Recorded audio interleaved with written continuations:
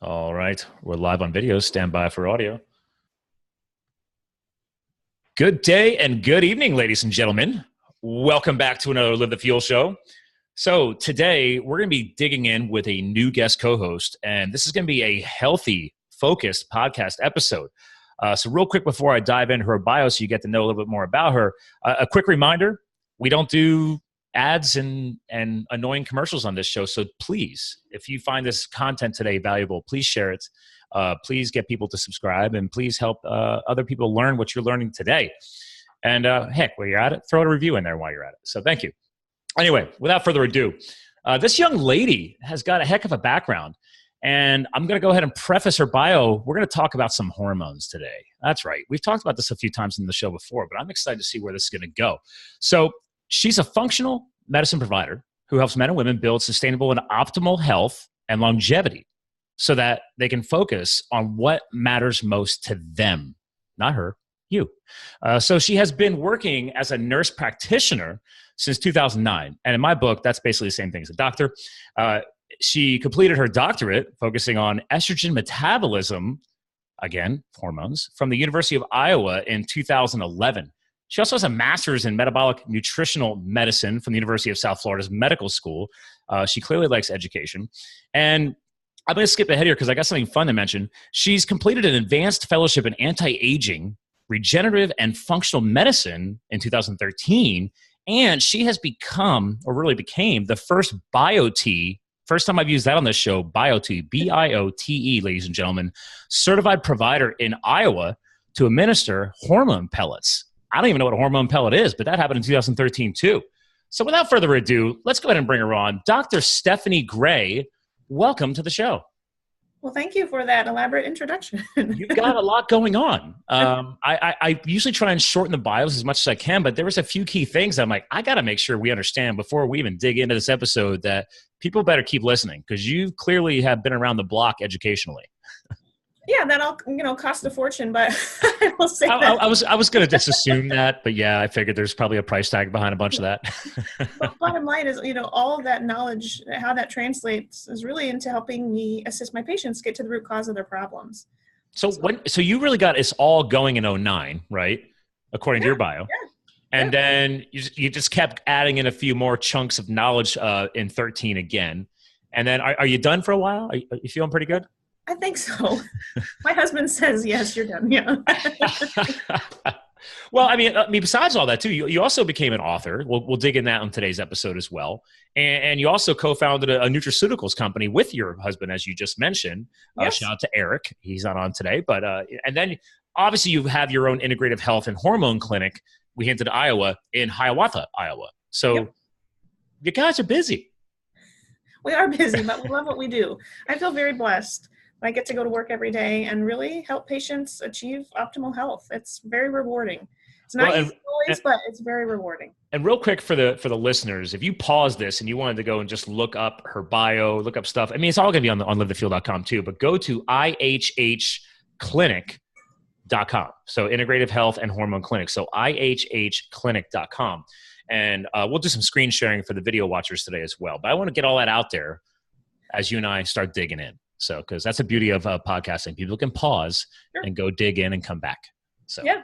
Well, anyway, so what I gotta get the roots. I gotta get the roots. Why? I mean, I've become more of a health and fitness junkie really in the past 20 years. I'm 41 now. In my 20s, I didn't really understand it. I was just like jumping in and out of gyms, trying to figure it out. Years later, became a spinning instructor. I mean, I was a ski race coach. I'm a CrossFit trainer. Like I've always had health and fitness integrated, your word, into my life. So, and it's amplified really in the past 5 to 10 years since the firefighting. So what got you really niched into this back before 2009? I would say my childhood. So I was born in Nebraska, actually, and I live in Iowa. Shout out to Nebraska. The longest state to drive across besides Texas ever. Because I've done boring. it. Yeah, very boring. You guys have beautiful farm country, very flat. But we do need farmers. My whole family farms, yeah. We have something in common. I grew up on a farm. Awesome. Yeah. So I was very lucky that my parents were always taking us to the chiropractor. They were self-employed themselves, so we had a high deductible. So we were always on the path to remain healthy. We didn't want to go to the doctor because it would cost money, right? I'm with you. My parents were growing wheatgrass juice on the kitchen counter. They weren't hippies or anything like that. But wait, what year was this? Just growing up.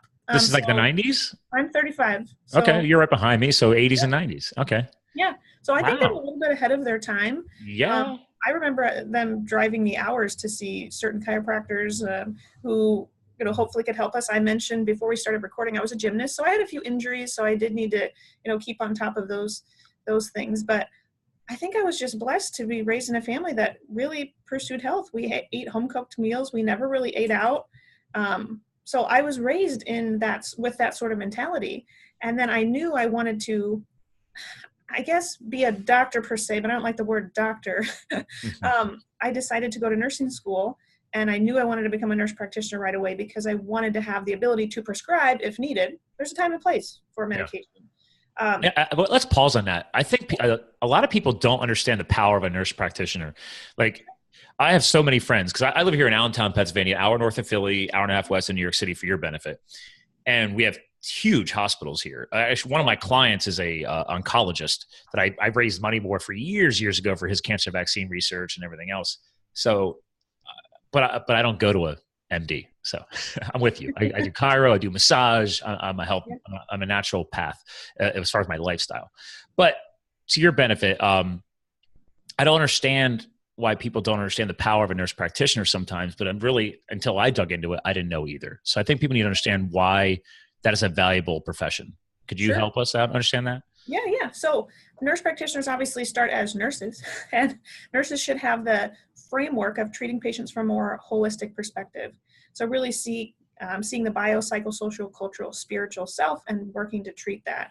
And so I think their approach, many times they are females. There are male nurse practitioners, but many times they are females. They are very... what do you think the percentage is on that? Like 80-20? I mean, in my class, there was one male. So I think if there are any males out there, there's like 98%. Great scholarships available to males who are wanting to enter that field. But generally speaking, I think nurses listen to patients. They're very patient, they're more nurturing, whatnot. And so I wanted to continue on with that holistic perspective, but still have prescriptive privileges. And so I did go to grad school to become a nurse practitioner. And luckily in the state of Iowa, we have total autonomy. So I have an independent practice. I don't have to work under a medical doctor or a DO. Some state nurse practitioners do. And I don't know, like Pennsylvania, I don't know New York. Most of the nurse practitioners, I have a friend, she's a nurse practitioner, and I believe that she is associated or connected under an MD in the practice, but it's weird. I didn't know that was a rule. Yeah. So, and hopefully legislation will change on a national level where in every state nurse practitioners will be able to practice independently. Partially, I think, because I'm in the Midwest and there are a lot of baby boomers here. We need more providers. We need what nurse practitioners are often called, which is a mid-level provider. They're desperate for help. And so I think that's part of why maybe we have more rights and more autonomy in these states. But that's what has allowed me to really build an integrative or functional medicine practice, because there's no guarantee that I could have found a true medical doctor who, would allow me to practice under them in this manner.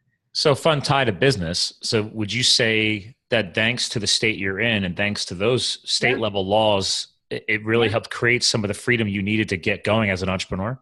Absolutely. Okay. Absolutely. That's an interesting clarification. I think a lot of people get into healthcare, quote, healthcare, because I've joked around about this many times on the show, how you want to define healthcare these days. Right. And I hear and see there's so much struggle because people like you are passionate and they want to help people.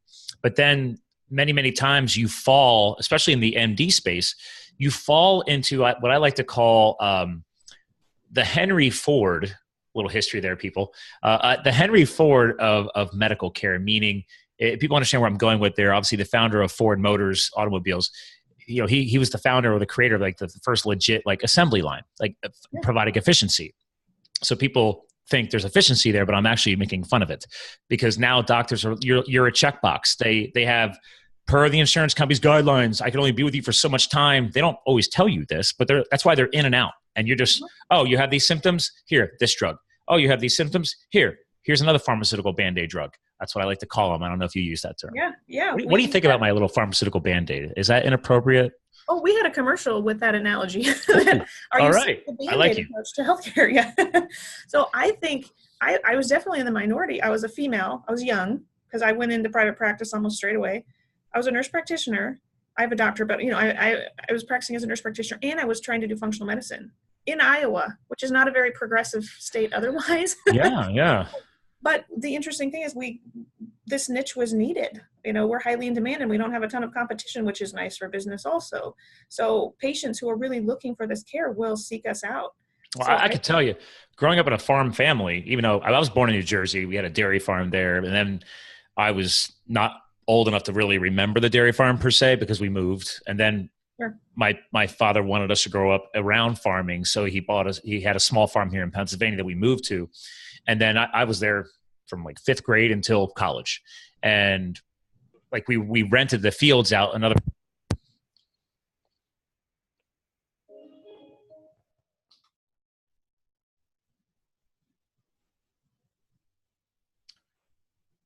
Are you there? That was weird. All right. Pardon that split second. I like to be transparent. So there was like all of a sudden a massive power surge or power outage, and we literally split second, we're right back. So as I was trying to say, grew up on the dairy farm, moved to Pennsylvania. We wanted to grow up on farming. We handed off the fields to another farmer to take care of, and he would just, give us a load of hay every year. This is all before all the excessive corn and soybean. I can get off on another whole podcast on that. I'm sure you can agree with me. Like we actually fed cows alfalfa. Anyway, he just wanted us to grow up around that. But I saw some of the struggle through my father being, like to this day, he's still a cattle broker. And my younger brother has his own business as a cattle broker. Yeah. We don't have the farm anymore, but we didn't have traditional medical, I hate to use that word, traditional medical care. I'd like to hear your clarification on traditional in a second. But we didn't go to the MDs all the time unless literally he had a cow roll over and snap his leg years ago when I was a kid. So then he had to go to the doctor. Right. And then he ignored the doctor and 2 days later started going back to work with a cast on his leg because that's my father. It's like, because he had to make money. We had to keep food on the table and roof over the head. And years later, they really don't go to the MD unless they absolutely have to. They found a more integrative, guy's actually Russian trained, Russian educated, more integrative medicine where they live here in central Pennsylvania, about an hour from me. And again, chiropractic. So they stay more on the wellness side. And I think big of it because they can pay cash out of pocket and they just don't want to deal with the medical pharmaceutical stuff. What do you think of that? Well, those are our best patients, to be honest, because I want to comment on a couple of things you're saying. So one, what we do is not covered by insurance. And so some individuals who are used to, I don't want to use the word entitlement, but some patients who have grown up never having a deductible on their insurance, they can go to the doctor and get antibiotics anytime they want. They're not paying anything. They don't quite understand the value of paying for someone's time out of pocket versus a lot of self-employed or entrepreneurs, farmers, whatnot. Those are our best patients because they do understand that value. But I want to go back to what traditional medical care may be. Yeah, I had to throw that word in there because I even caught myself. I'm like, ooh, how do you define traditional? Well, so I do think we need traditional medical care. And a colleague of mine, I didn't create this analogy, but I do mention it in my book, discusses kind of how, I guess I'll go into his analogy. So Dr. Patrick Flynn's a chiropractor, and he created the fireman versus a carpenter approach. So he describes conventional, or you could say traditional medicine, as being more the fire department, right? Just like your father, if he broke his leg, whatnot, he needed the fire department to put out his fire. He needed to go, he didn't need to go see a chiropractor or a naturopath. He needed to see a traditional medical doctor who could help with that emergency. Yeah, we could tie a fire. Years ago, there was firefighter, yeah. Years ago, there was a great Time magazine cover, and it was a picture of fire, and it was one of the earlier articles that I remember them finally starting to bring to light the impact of inflammation on disease. Yes. And I just want to tie that all together real quick while you're going, because I know you're with me on this. Inflammatory responses in the body is your body trying to tell you something that's not good. You have literally a fire building within you in a bad way. So absolutely. And we could maybe talk about that next, how inflammation is the root cause of all disease. But going back to that analogy, so with that fire department approach, your dad needed to see traditional medicine or that fire department to put out the fire. But the fire department's tools are really drugs and surgery. That's all they have to offer. And there's a time and place for drugs and surgery. We need them. We have the best emergency medical care. If you get hit by a car here in the United States, we have the best emergency medical care. Challenges upon being discharged from traditional medicine, you're not always taught how to prevent future fires, right? And that's where what we do comes in. We're more, as a functional medicine provider, a contractor or a carpenter, as I discuss in my book, helping patients build a healthier body using functional medicine principles, because we want to get to the root cause. We want to determine if the patient has inflammation and figure out those triggers and, put out that fire without hopefully having to use drugs and surgery. Would this be the book? Oh yeah, I was wondering what you're doing with the screen. Aha! Welcome to my Zoom world. Yes, we do. That's right, ladies and gentlemen, hearing this, we do a lot of video now on YouTube, and I'm screen sharing her book, Your Longevity Blueprint. So, is this available on Amazon too? Oh yeah. Yep. Okay, I'm just happy to share it from Google brought it up faster on Barnes and Noble. So shout out to BNN. That's a pretty good price too. I don't think you can beat that. But. Oh, okay. There we go. There you go, ladies and gentlemen. Right now, it's advertised for $13.27. So. It's 349 pages. It's a pretty big book. Oh, so that's pretty wait, how many words do you know? Do you remember? 90,000, something like that. Okay, I literally wrote 1/3 of what you wrote because I'm moving my book into editing now, and I was like, I kept it just around 30,000. So that's so exciting. But you're a doctor, so I feel like you need to get into 90,000 worth of content. I'm telling about the lifestyle transformation, the lessons learned of serving a public service as a firefighter, and the hot shot mindset. That's the purpose behind my book. And then I'm going to be selling it to give it back to money. All that money's going to go to fallen firefighters. So wonderful. Yeah. I didn't want to leave anything out. I thought maybe a patient wants to read about gut health, maybe about hormone health, but what if there's a patient with Lyme disease or mold? But you have to admit, now that I'm becoming more of an author, you still end up leaving something out. I mean, it's just especially nowadays. I mean, 90,000, that's 300 plus pages. Like, you go, girl. But I'm just like, man, as I continuously dig into the inflammatory knowledge and I bring on geneticists and other doctors on the show, it's just like, it's never ending. And I know you would probably have no problem coming out with a blueprint too. Oh, it's in the works. Yeah. That was a little hint. I wanted to see where you were going to go with that. So you've already begun, huh? Yes, this one's more focusing on fertility and hormones specifically, but yes. I got to hook you up with a buddy of mine, Dr. Anthony J. He wrote the book Estrogeneration. Cool. Sounds right up my alley. Yeah. Oh, yeah. And he's out in... Write that down. Somewhere in... No. I think he's in Minnesota. He's doing research with the Mayo Clinic right now. Cool. And quick segue on him. I had no idea that he does analysis on 23andMe data. Yeah. So I had a 23andMe done, and he's like, you didn't have to waste the money on the health side of it. He's like, you should have just gotten the your genetic history. Yeah. And he's like, paying extra for their health analysis is a waste of money. He's like, just send me the raw data file out of the website. And then he did a full supplemental and chemical analysis on my DNA. And then we did a big Facebook Live podcast. And I had him go through all of it. That's what we do with our patients. Chapter 3 in my book is all about genetics. So it sounds like we do similar.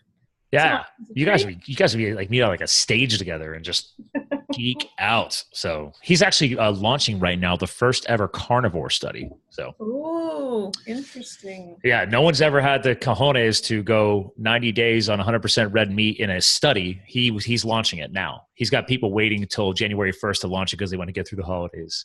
I want to like go off on a tangent now, but I'm very curious what happens to hormones and what happens to nutritional deficiencies on that sort of diet. So I wonder what sort of testing he's incorporating. I know for the fact he's definitely doing a telomere test before and a telomere test after, because he specifically wants to see where the evidence is at on benefit or not benefit and impact on aging. And what happens to your microbiome if you're on the carnivore diet?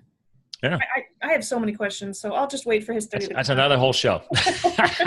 Yeah, I figured I had to bring that up and see where you're going to go with that. So, because I dug through your site and you have a lot going on. Actually, I'm going to do some more screen sharing here. But you guys, you have a 10-person practice, don't you? Right now, yeah, we do. Yeah. Yep. So here we go, ladies and gentlemen, back on the ihhclinic.com. There's one of their little group photos. Yeah, you guys do a lot. And I love the fact you try and stay more on the integrative and holistic side, because clearly that's just your brand and that's what you guys stand for. Yeah, absolutely. So here we go. Hormone imbalances. Wow. You got menopause. Actually, I was just telling you before the show, I have a friend of mine. She started menopause 5 years ago. So, and she gained about probably 30 pounds. So I've been helping her learn. I mean, again, I'm not you, but I know the power of removing sugars and grains from your life, cycling in and starting to reteach her body the healthy fats. But also, she was actually already doing intermittent fasting and didn't know it. So by not eating breakfast, yeah. Well, I mean, so here I would appreciate your explanation on this. Is what is your professional opinion behind my education on breakfast? Defined is break fast. I say that in my book. Yeah. You can break your fast when you choose. So this morning I woke up, didn't eat a thing, chugged my water, made a nice French press coffee, went in to go do a 50-minute, or actually it was only a 40-minute long partner workout at the CrossFit gym. Still hadn't eaten yet. Came back.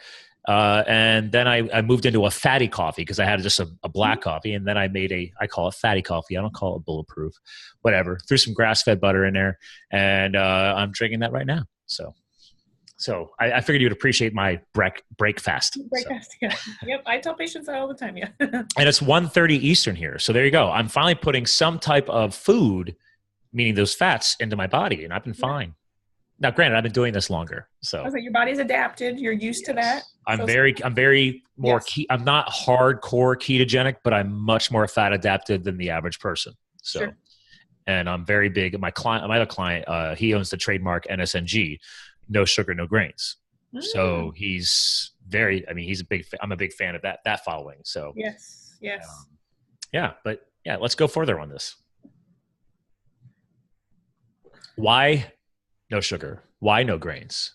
Why hormones? Right? Yeah. So you may not like what I have to say about dairy either, but I know there's dairy stuff. I've read about it. So but dairy specifically does contain growth hormones. I mean, it can fatten up baby cows, right? So not what I buy. You buy the good stuff, yeah. I just had a quarter of a cow delivered. So many patients read online about the ketogenic diet, which I think it can be very useful for several patients, but they immediately start eating more dairy than they ever had before, and the wrong type of dairy. Oh, thank you. Wrong type of dairy. Yes. What is your opinion on, I have to throw this in here. I have to, because you just hit on it. People need to hear this. What is your opinion on mammals, us, still consuming milk, the liquid? Yeah. I'm not talking about butter. I'm not talking about cheese. I'm talking about milk after like the age of 4. No. Aren't we like the only mammal doing that? Mm-hmm. Yeah. I read a book on that too. So I'm with you on this because again, you're the segue here that I wanted to pause on for the listeners was different types of dairy, how things are sourced, how things are manufactured or processed. So, yep, absolutely. And I'll tell you part of my personal fertility journey. I am now pregnant, as I mentioned before we started. Yes, congrats again. 8 months pregnant here. Oh, you're ready to go. But I had endometriosis, which I am going to talk more about in my second book. And I did utilize some of conventional medicine, but I used a lot of functional medicine to help with fertility. And I did take dairy out. I've been gluten-free for, I don't even know how many years, 5 years. I'm not free of all grains, but I am, 100% gluten-free. And I needed to go dairy-free. And I do believe dairy, there's a lot of research supporting dairy feeding endometriosis, which is abnormal growth, right? If you think of the uterine lining, you don't want to have abnormal growth there, but outside the uterine lining either. And so I really believe I took 100% all dairy out. Not that everyone has to do that, but if they're suffering with hormonal concerns with endocrine disruption, then I think taking dairy out can be very beneficial. I know it benefited me personally. Well, so I'm a big supporter, and like my friend I was telling you about, I've been teaching her. I do a process called nutritional cleansing. So you have to be in a fasted state. You're helping your body, those organs, take that 24 to 48 hours off, depending on which cycle you're doing. I never go more than 48 hours. And I'm using a program that I've been using since 2010. And you're saying, hey, great. You're not processing fats and proteins and all this stuff. You're giving those organs the day off or 2 days off. And then you're allowing that body to rest, recover, heal. And then it's focusing just on attacking your visceral fat, releasing what's being stored in those fat cells back into your system. And hopefully your body is healthier now to cycle that back out. So that's a very short skinny on that's what great. I talk about. So That's I figured great. you would support that. Yeah, absolutely. But yeah, it's true because people don't realize that. It's like, you and I joked around about it earlier. It's like, well, you go to the gym, fitness wise.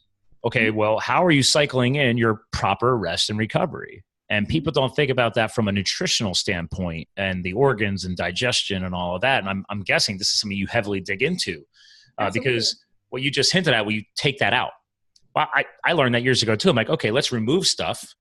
And then if you start bringing it back in once you're clean and your body responds in a negative way, because that's the beauty of a healthy body and a healthy mind is it starts talking to you. You can feel it. And it's like, wait a minute.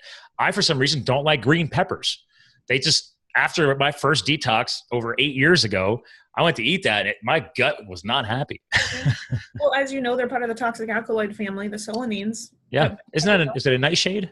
Yes, it's a nightshade pod. Also known as, that's the easier way, I should have said nightshade, but many patients don't do well with. And I have patients who come to me who want to lose weight, who are doing CrossFit or who are running marathons or whatnot, and they still can't get rid of certain types of fat on their body.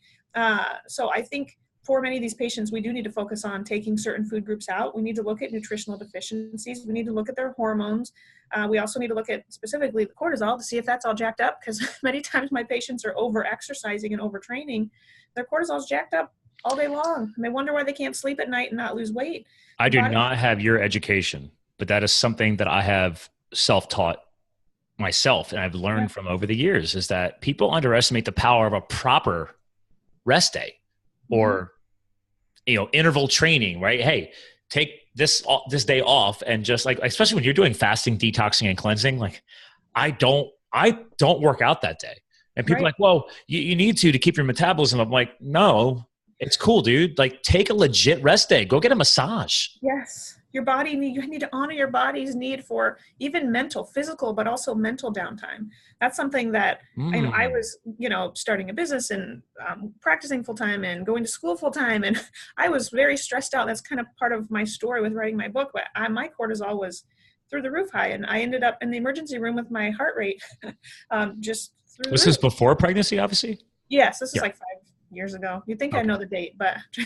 So would you say was that one of the things that inspired the book?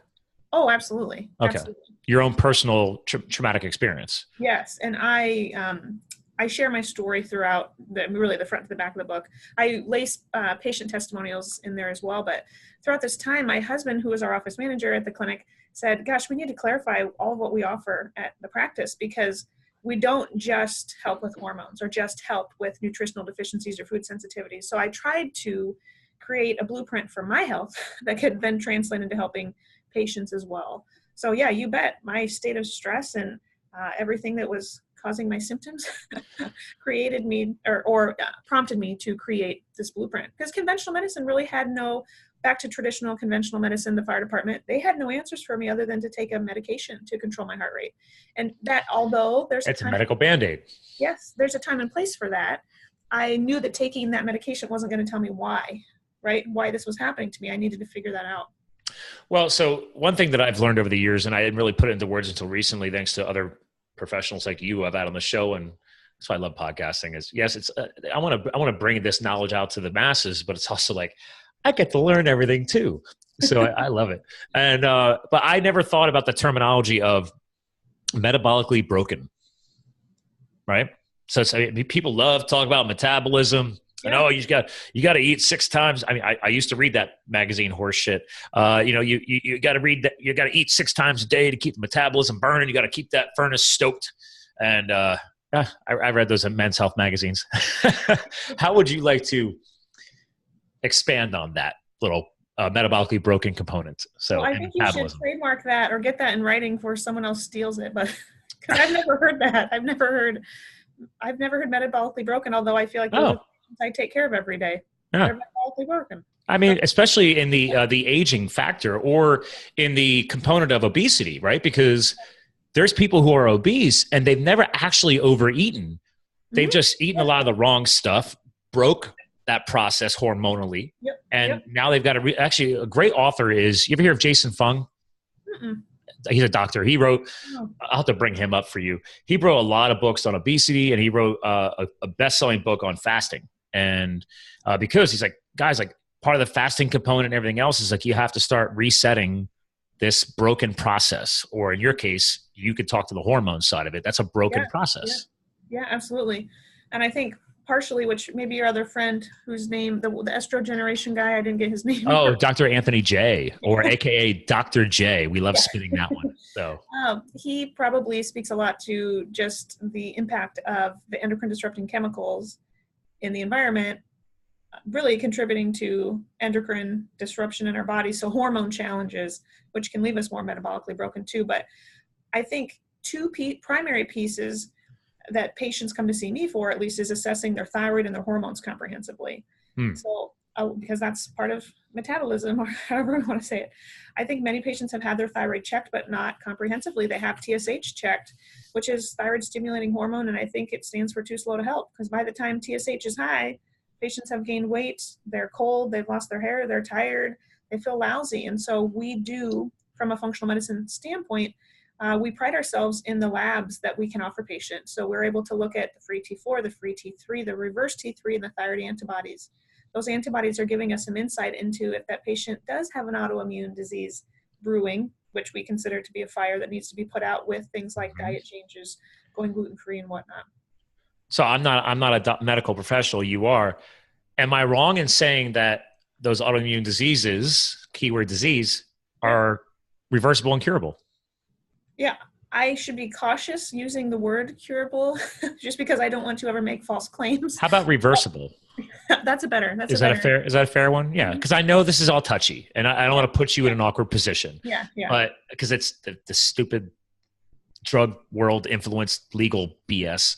I think they just keep ruining everything. Like, you got people like you trying to help people make a difference, and you got to be careful how you say a word. But it's true, because I say the same thing about type 2 diabetes. Yeah, I truly believe that is reversible. I've seen it. I'm sure you've helped people do it. There's another. I don't know if you've heard of Terry Walls. I'd love to get Terry on. Maybe I can look up. She's a good friend and colleague. She endorsed my book. She's on her knowledge base is ridiculous. So she's someone who reversed her autoimmune condition. She was wheelchair bound with MS, really sent home to die essentially. And she said, "I don't think so." She did her own research. She was conventionally trained, but yes, she sought out functional medicine, and she's in the best shape of her life. She feels amazing, and she's sharing. What was her condition again? Multiple sclerosis. Yeah. So I spent years doing MS 150 rides. I'm a big cyclist. So the city to the shore, from Philadelphia to Atlantic Ocean and back. And I'd raise money every year for that because I had a cousin with ALS, which is also known as Lou Gehrig's disease for people listening to this. And it's not MS, but it's totally in the same family. And they just didn't have a lot of big ALS cycling events. I don't think, to this day, I still don't know of one. They have an ALS walk. And I'm like, I'm sorry, I love pedaling. And so I was like, great, I will raise money for MS because I know it's all in the same circle of research, and I'm hoping making the same impacts. And then unfortunately, I ended up losing my cousin to ALS. And I'm sorry. I mean, he was a football player in high school. And then just once that disease kicked in, just shrunk to half a man, wheelchair bound. He did end up having children before he passed, and he couldn't be the super dad that I think he wanted to be. And stories like this, I'm just like, this is what just drives me nuts when I have people saying that what I might be saying is wrong. And I'm like, I've at least taken the past 20 years to build a knowledge base and study and launch a podcast and bring people like you on, because fine, don't take my word for it. Go get the book from Terry Walls. Go watch her on YouTube, right? Go get your book, okay? Start becoming your own inner physician is another term that I like to use, thanks to another friend of mine who coined that one. I can't take credit for that one. I love that one. So how do you like to define inner physician?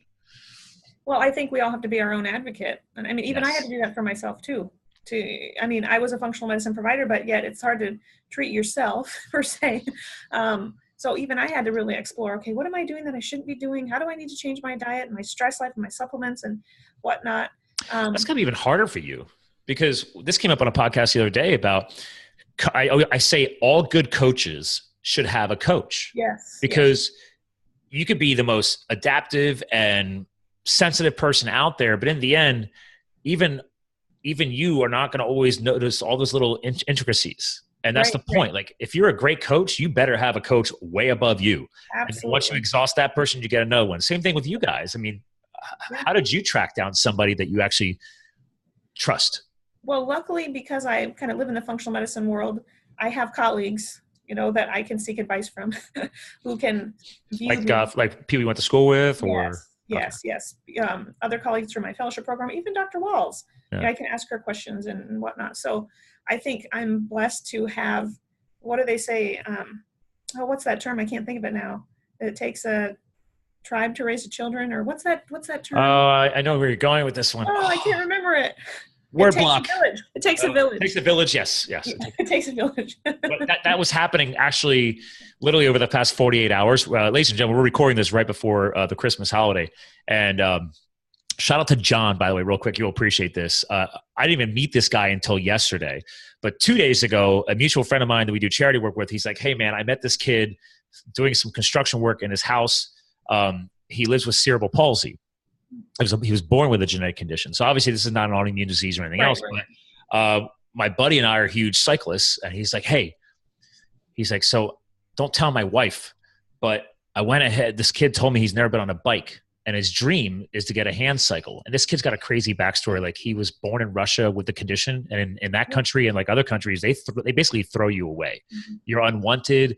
He was deemed retarded, and they put him into, this is actually a word that they used in the book. He has a book about him, and they deemed him unwanted, put him into this abusive, they call them baby schools, baby houses. So he was like, the book is called The Boy from Baby House 10. And it's about his god awful childhood. It's just atrocious. Anyway, this woman here in Bethlehem, Pennsylvania adopted him to bring him to a better world. And he's going to Penn State University here, where I went to school. And so my buddy calls me up. I'm in a hotel in Albany, New York this week, traveling on business. He's like, hey, we need to raise money because I went ahead and bought the hand bike. I already ordered it. And I was like, dude, that's $1,100. He's like, you can't tell my wife. He's like, you got to help me figure out how to raise the money in time. And I'm like, I got this. All right. I do a lot of crowdfunding online. I got this. I'm a marketing guy. So I launched a GoFundMe, put it up, and in less than 24 hours, we were already 600 of the way money raised. And then yesterday I went into a Starbucks once I got back locally, and I met this kid, and we got to hang out, and then we did a Facebook Live and just crushed it. And then we're now at like $1,400. So awesome. It's just, I love to quickly throw that in because it just fires me up. But it's like people like you too. It's like, don't assume that your condition that you might be born with, or that you've attained due to some possible lifestyle mistakes, is permanent. Right. Do something about it. And that's the beauty of functional medicine, is the message is there's hope. Yeah. You know, there are things that you probably haven't explored, that traditional medicine probably hasn't offered you, that could offer you hope. So, you know, you guys have helped my family. My parents, like I said, to this day, still go to a chiropractor. Thanks to some of my impact, it's really hard to get your parents to listen to you. This is why you send your parents or your loved ones to professionals like you. But I did get my dad down to one diabetic medication. So whether or not he will give me credit for that, we'll see about that. But I got him he followed one of my protocols, and I got him down 35 pounds and my mom down 30 pounds. Awesome. But that was like 4 or 5 years ago. And I told him, like, this is a process. You have to build consistency. Can you talk to consistency, please? Yeah. So consistency is really important. I tell patients, well, kind of in a different way, but it applies to this, that there's no pill, potion, or powder that's going to replace lifestyle changes. You know, there's no drug you can take. There's no supplement. I mean, yes, we advocate for supplements. We own a supplement company, but generally speaking, the consistency and the lifestyle changes, I mean, those are foundational. You have to do those. You have to incorporate that. And you have to have a desire to change too. You know, some patients, I mean, we're humans, we're creatures of habits. And if you don't desire to change, you're never going to change. And so it's really the mental shift that has to occur for patients. You know, some patients suffer and some people have a victim mentality. You have to choose and decide, I want to get better. I want to change my diet. I want to find answers and be consistent, like you're saying. So responsibility with that also. I'm loving this because when you have people close to you and you know they can be making better choices, it's hard. And unfortunately, it's taken me years of coaching people that I've worked with to realize that I can't save everyone. And you have to, unfortunately, just slowly trickle the knowledge. And when they're ready, they're ready. Yep. And that's hard. Because I know that they have to, and I was like, I hate the word diet. Hate is a strong word, and the word diet to me is a strong word. I'm an advocate for lifestyle because I studied psychology when I did my marketing. And I tell people all the time, and I want to hear your perspective on this. Diet, unfortunately, due to marketing and magazines and all the commercials, has now deemed the word diet a short-term mindset. Oh, I'm going to go on this diet for the next month. Oh, I'm going to go on this diet for the next week or two. So I can't use that word. I have to use lifestyle because lifestyle, I feel, symbolizes a more long-term approach of adaptation. What do you feel about that? Oh, absolutely. And that's where, kind of back to when I was saying typically your father's demographic would be a great patient fit for us. Well, one, because they see the value financially in what they're paying for. But two, we want patients who generally desire to make changes, come to see us. If someone just, I don't know, we don't even really advertise, but if they just saw our ad and scheduled an appointment, they probably aren't going to be a great fit for us because they have to be on board. And they're probably still full of question marks. So they're going to be second guessing everything anyway. And that's the sad part too, because it frustrates me when I see people, they wait until the last minute to make a decision. And then they want a quick fix. Yeah, that's right. Free. They still want people listening to this. I have people in other countries listening to this too. Yes, I make fun of my own country all the time. I love the USA, but we are a classic example of impatient, short-minded. We want everything now society. And when it comes to your health, sorry guys, if you got that far down the negative pike it's or road, take a while to, right, the reversal process. Yep. Come or on. the rebuilding. That's again kind of the term that I use in my book. Ooh, rebuilding. I like that. We have to. So the comparison, I'll maybe go this direction for a second. We know how to maintain our homes. We don't even think about it. We all mow our lawns, which who really cares about the grass? It's an aesthetic thing. But I mean, we're mowing our lawns. But if you stop mowing your lawn for a month, it gets more like a wild prairie, and the species of grass starts changing too. It does. Yep. Yeah. But we're mowing our lawns. We're keeping hair out of our drains. We're changing our furnace filters. We're doing all these things without really even thinking about it. They're just things we do to maintain our home, but we don't always know how to maintain our body or rebuild it, right? We know, okay, we should eat healthy, we should exercise, we should sleep, whatnot. But really to obtain, especially if you've lost good health, there are a lot of steps you need to take to truly rebuild your body. And that's really what I try to outline through the book. And chapter 1 is chapter 1 for a reason. It's all about gut health. It's all about, back to the inflammation you mentioned, quenching that fire. And for autoimmune diseases specifically, that's what Terry Wall's book is all about, is getting the inflammatory foods out of her gut to really reverse her condition. And so patients do have to make, back to that commitment, long commitment to get many of the inflammatory foods out of their life. That's step 1. We have to get that buy-in from patients. The gut biome is another huge sector. What's the book here? You ever hear of the Microbiome Solution? Yeah, I probably have it on my shelf somewhere. I don't know. What's this woman's name? Robin Chutkan, whatever. Yeah, right. That was my first book I read about anything about gut biology. Like I knew about gut biology, and I understood microbiome, but I didn't really dig into it until her book. And I said, "Wow, it's a whole different level." And the funny thing is, I live such a clean, healthy lifestyle. But I still do things. I'm still a human being. Like I still go have a glass of red wine or I'll have a nice scotch, but I don't drink beer anymore. Right. I don't I am anti-grain. Last night we were out to dinner and the special was, I don't know, swordfish. I think I got the swordfish and I never get seafood as often as I want to, but it's like, oh, this is nice.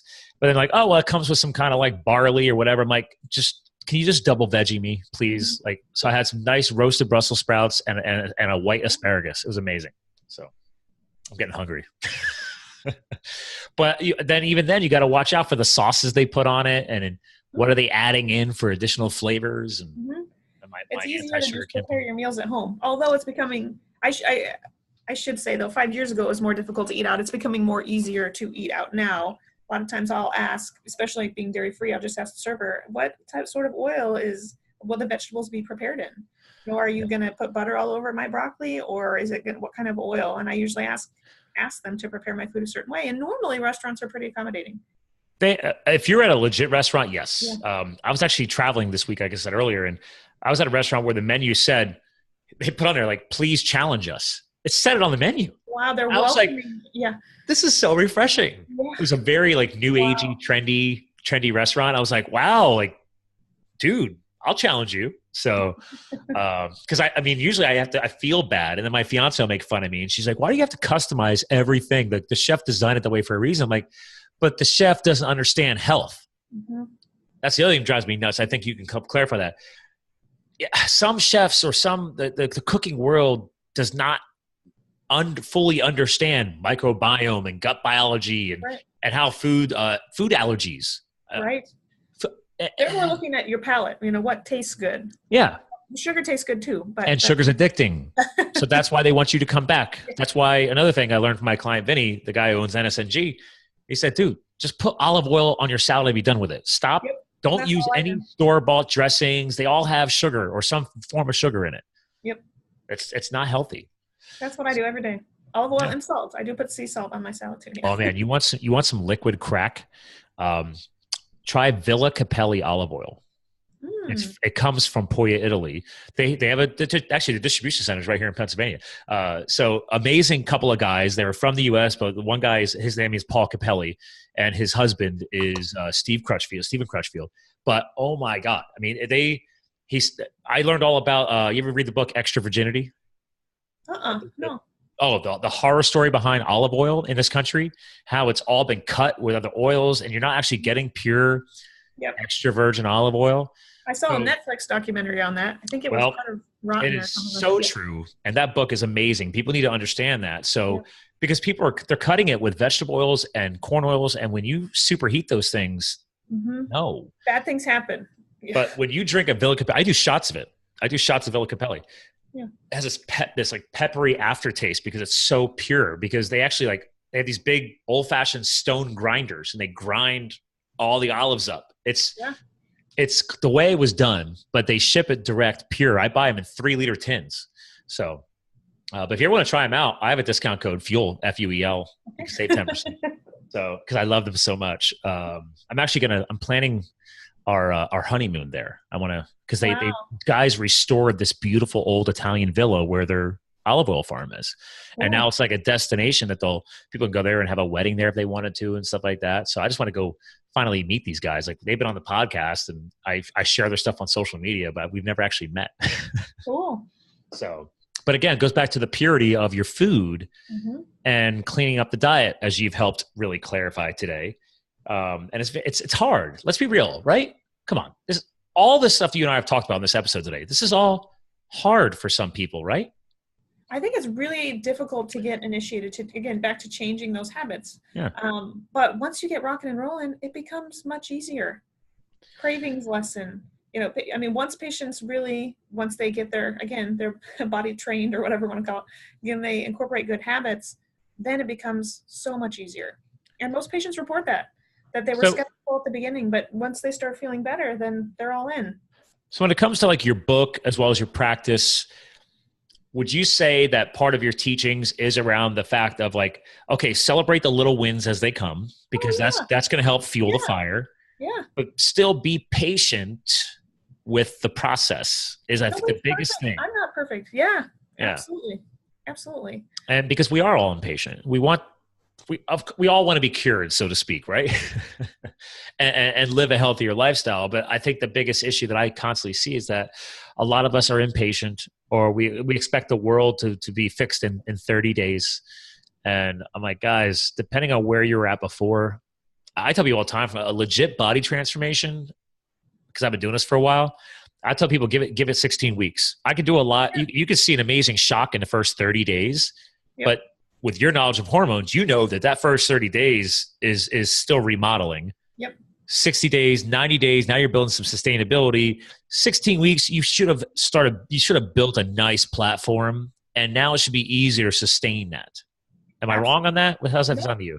With lifestyle changes, I would say absolutely. The one caveat, the one difference is if someone does pursue hormone replacement therapy.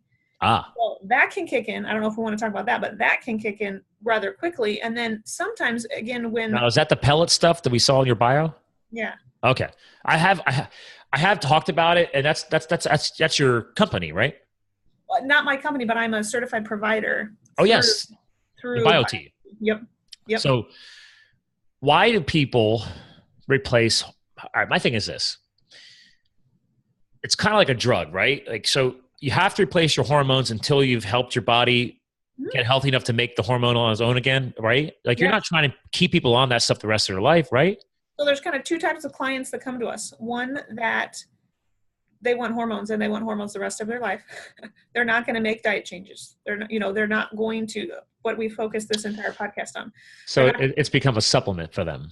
Yes. But then there are also patients who you get them feeling better and they realize, functional medicine has really opened their eyes, their lens has, been changed, and they are willing to make changes.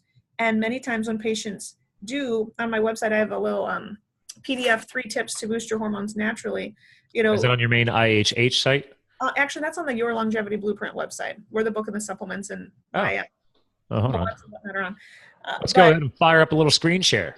So where we got that at? Well, actually, I should say you have to. We have to have a special link? Well, I think there should be a pop-up.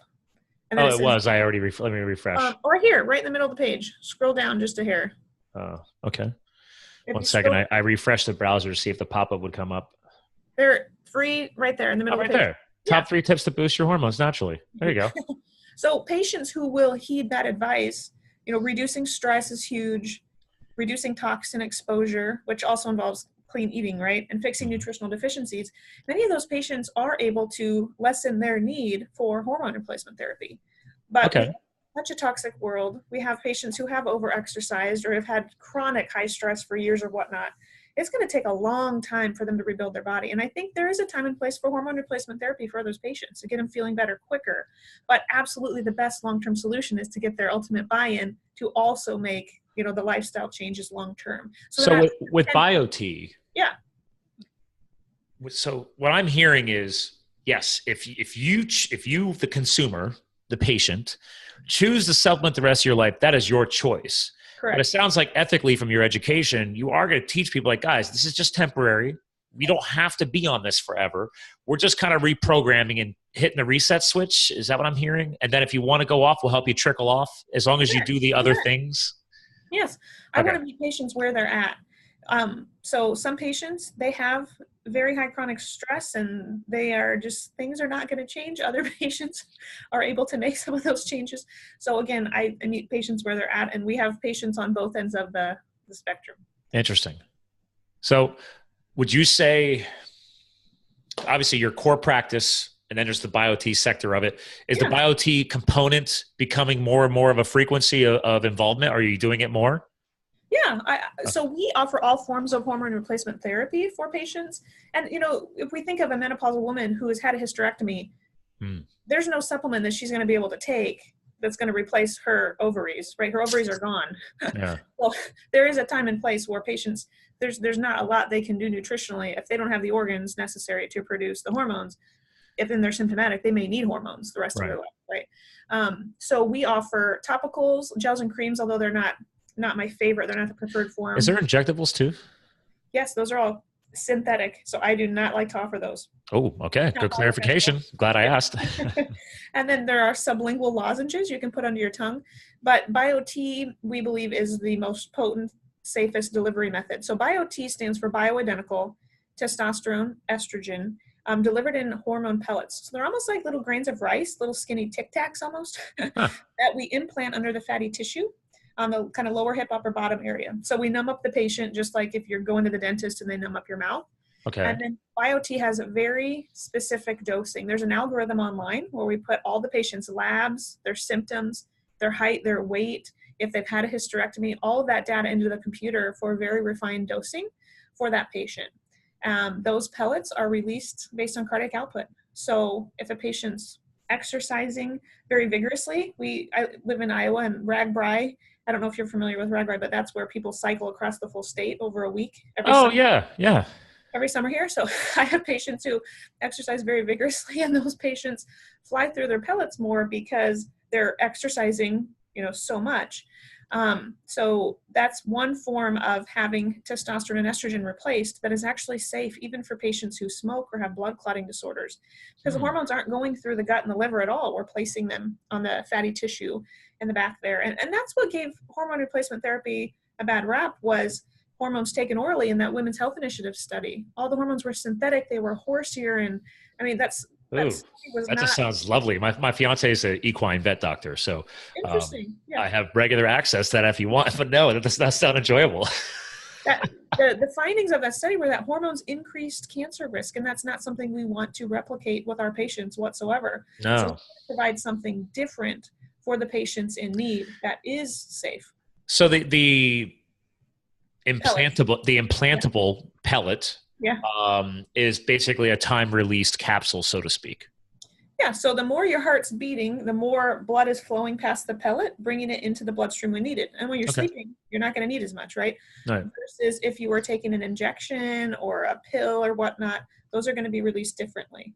Well, and I learned about that stuff, like you were talking about under the tongue and things like that. Like, for example, Vinny, the guy I was telling you about, he created the purest B12 supplement that I've ever seen. So he created it as a sublingual, and he patented the process because he is anti-filler. Like, he wants the purest possible thing. So his carrier, or the D3 that he created, has a calcium carrier. I think it's a magnesium carrier. Whatever. It's like the tiniest little sublingual, because he's somebody who suffers from not being able to absorb B12 in the digestive system. Sure. So he wanted to create a sublingual because he said it's better absorbable in that area. So it's interesting how, like what you're talking about, all these different components, depending on the person's biology. Yes.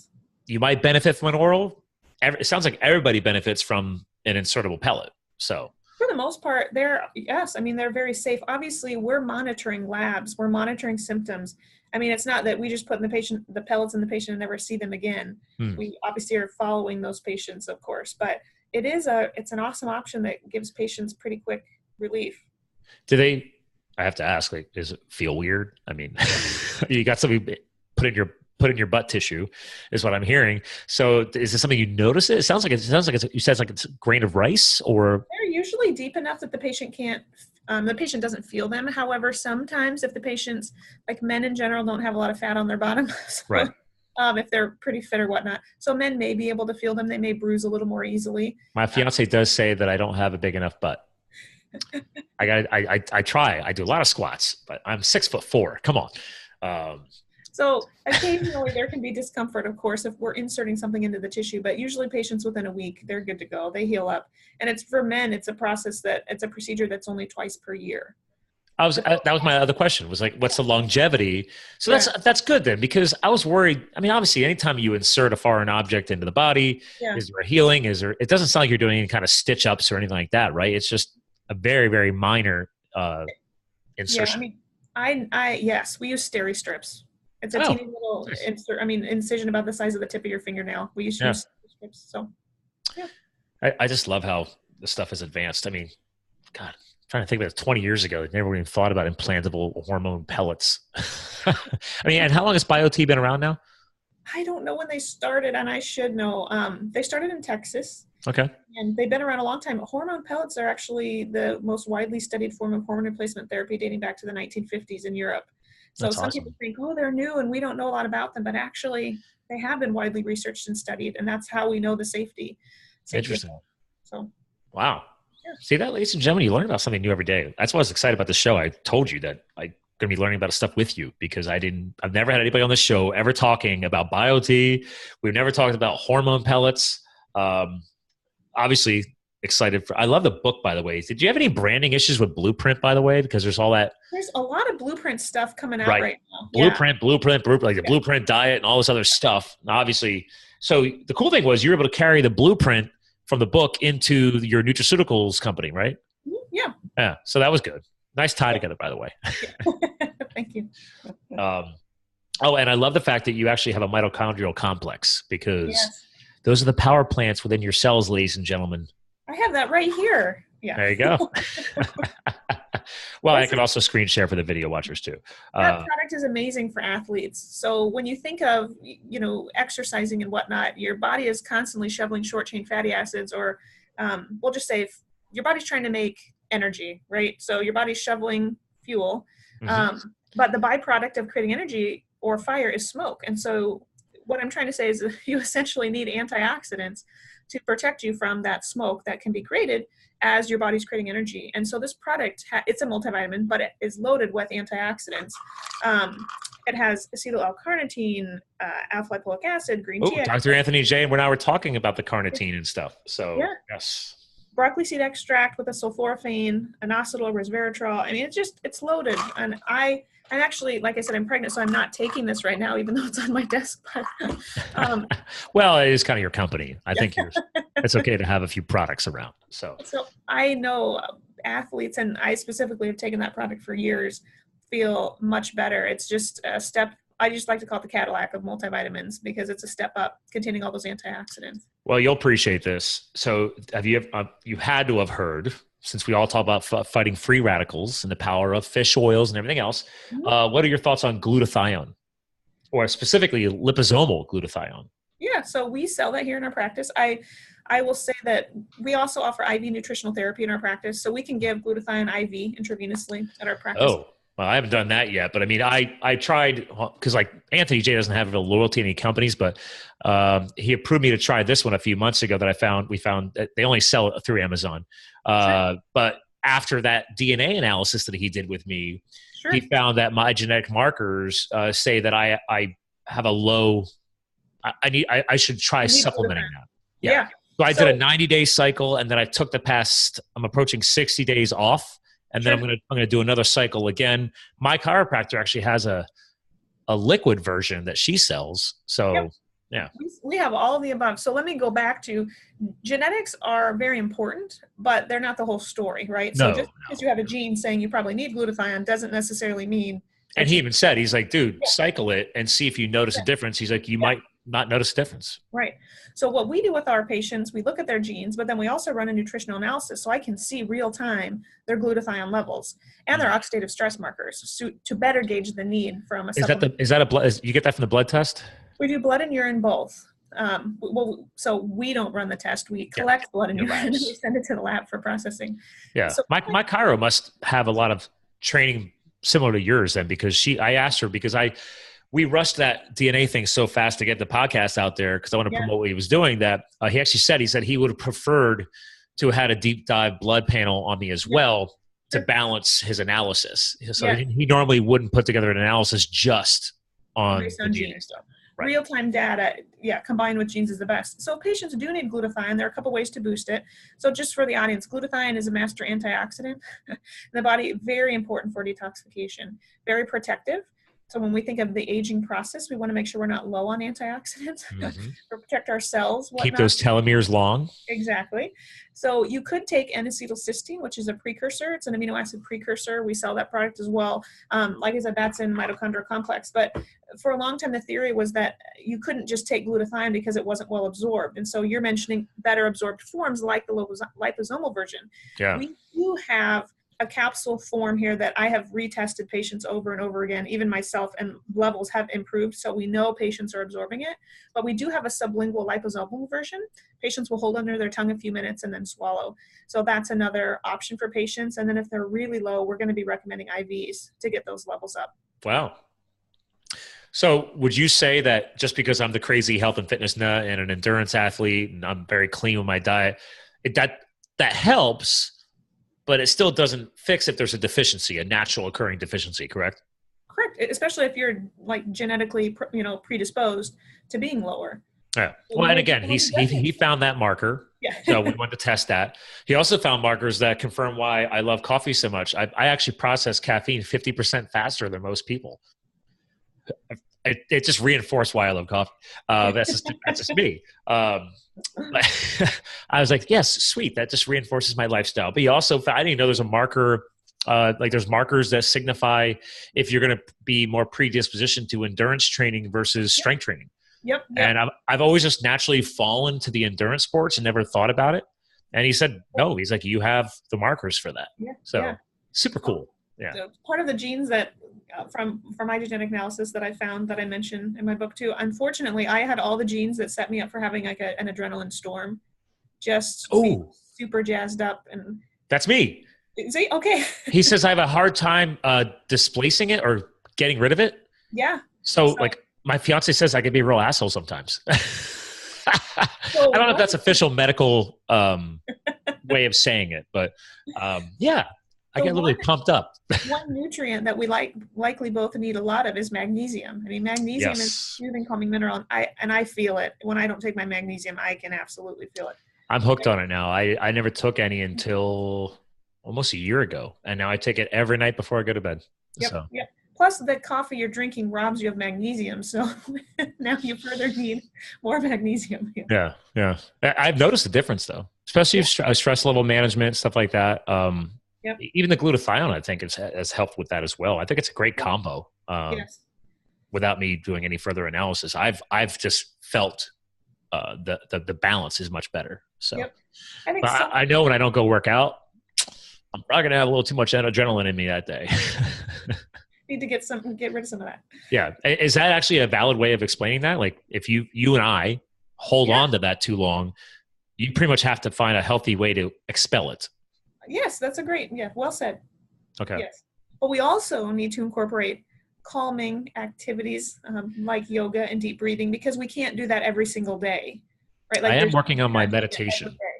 Yeah. I'm working on meditation and proper breathing. I do yoga like every week, at least once a week. Actually, I stopped for a while. And now in the past 3 weeks, we started it again. And I totally noticed the difference. Yeah. When I first started yoga, I was like, how do people do this? I can't sit still. I can't, I couldn't do it. And now I go and I almost fall asleep because my body clearly needed that. You're like my sister from another mother right now. It's like, yeah, I know exactly what you're talking about. I've been there.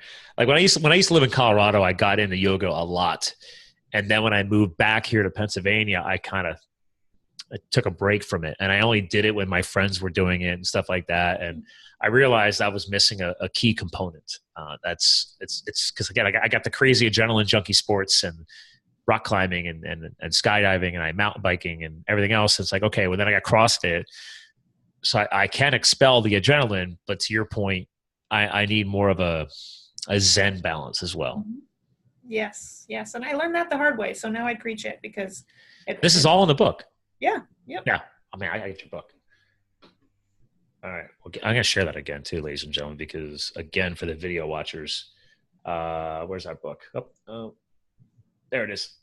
Barnes & Noble or Amazon, your longevity blueprint. And how long has that been out there now? You can't, we launched, the book went out Black Friday of November 17th or 2017. So a little over a year. Oh, nice. Okay. Yeah. And I will say, obviously you can't really beat that price right there if you're a Barnes & Noble member, but we will offer a 10% off code on our website if you use the code THANKSFUEL. There we go. Or the book. Fuel fans. Yeah. Thanks, Fuel. I'm going to write that down. Yes. And that's a code. It's not a URL, right? Correct. Yeah. That website that you were just on, the Your Longevity Blueprint site, if you put anything in the shopping cart, then it would ask for a promo code, and you certainly could use that. Awesome. Wait, so if I buy other stuff, does that work on that too? Yeah. Ooh, okay. And you say you do have a glutathione? You know what? We don't have one on the website. Okay. Yet. Yeah. I'm sorry. Yeah. We have N-acetylcysteine, but we sell it in our practice. We have a huge supply, I would say, of supplements, but our specific brand is a little more limited. I am intrigued about the mitochondrial complex though, too. So that's interesting because I'm such an athlete nut. That's interesting. I was looking at that profile.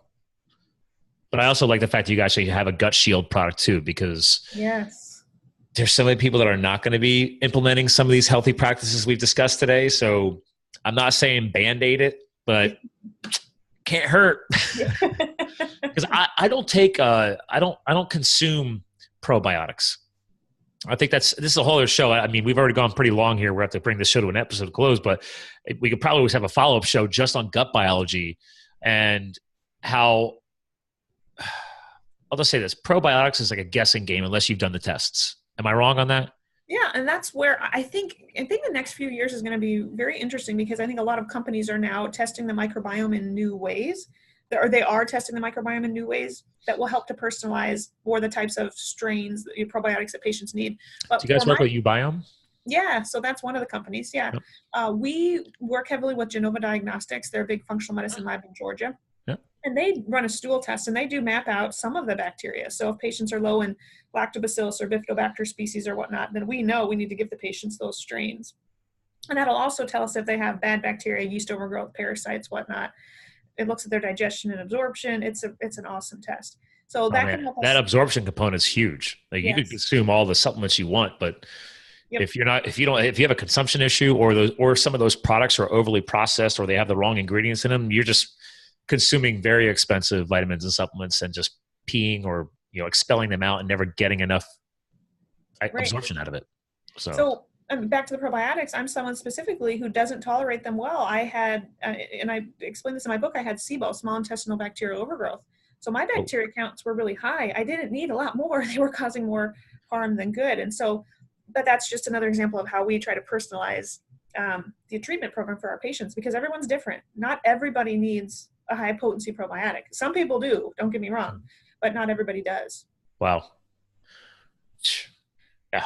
Ladies and gentlemen, you got to get this book, because I am. I got to hear all the rest of the backstory. I mean, the podcast has been amazing today, but I mean, it sounds like I'm going to get so much more out of your backstory, and I have a feeling everything you've been through, I could probably pick little components out of all the stuff you've been through, and I could connect it to a lot of other people that I know, and just different symptoms that they probably have experienced, because it sounds like you've been through a lot. Well, that's my hope, that others can learn from my journey. There we go. All right. So again, ladies and gentlemen, when you go to yourlongevityblueprint.com, score the book and look at other stuff. But again, use Thanks Fuel for your full fans, and save a little. It's the holiday season. It's a thing. You might want to do that before 2019, because we are going to air you before 2019. So awesome. I'm going to try, actually, for the holiday season, I'm going to move some stuff around. Let's try and get this thing up during the holiday week next week, because we're recording this right before the Christmas holiday or whatever holiday you celebrate, before New Year's. So I want to make sure this is up before the new year. I love healthy influencers, so I try and put you guys at the forefront. We can learn business day in and day out. So is there anything else that you wanted to catch on today? Because if not, you get the final words to help close out the show. So I wanted to see if there was anything all-encompassing, a message you want to leave behind for our listeners if they forget everything else that we reviewed today. Well, I think we emphasize the importance of eating clean and reducing stress. I mean, those are two awesome tips right there. So I think those are the biggest take homes. But then again, just my message is, I've said this word a couple times, hope. That's in the back of the book. I list a lot of references for patients to find functional medicine providers near their, wherever they're living, near their residence. So I think sometimes patients hear things, or individuals may hear a message and it resonates, but then they don't know where to go from there. So if it resonates with you and you or a family member need functional medicine, don't give up. Find a provider who can help you repair and rebuild your body. You won't regret it. There we go, ladies and gentlemen. Let's get some repair going this holiday season. All right. Well, hang tight. We'll give you a proper goodbye off the air. Ladies and gentlemen, again, yourlongevityblueprint.com, and you can use our discount code, ThanksFuel. But also, again, if you just want to understand more about her practice and what they do and just all the different health services they impact, go to ihhclinic.com as well.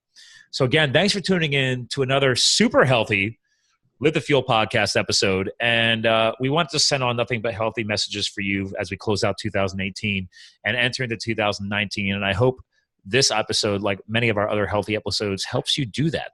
So thanks for tuning into another powerful Live the Fuel show. And again, we're here to fuel your health, your business, your lifestyle. We'll talk to you guys again soon. And that's a wrap.